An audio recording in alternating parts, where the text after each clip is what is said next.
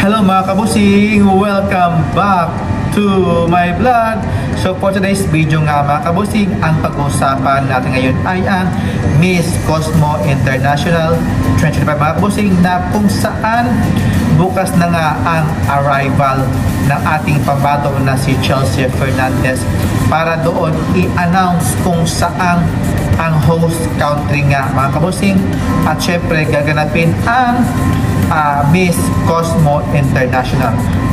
Before anything else mga kabusing, is nice ko muna kayong bati na magandang umaga, magandang tanghali, at syempre dito sa bansang Bahrain is hapon na nga mga kabusing, at salam alaikum po and syukran po for watching. At syempre malalaman natin mga kabusing kung kasi bukas is makikita na ang mga ibang candidates mga kabusing kung sino talaga ang mangingibabaw when it comes sa beauty, sa ganda, sa paseksihan niya mga kabusing, kung sino yung makakasama doon ni Chelsea Fernandez sa bansang Vietnam para i-announce kung saan ang host country ng Miss Cosmo, either sa Thailand nga ba or sa Vietnam pa rin mga kabusing. Let's see tomorrow mga kabusing, kaya sabay tayong manood bukas ng Miss Cosmo para sa kanilang announcement nga. At syempre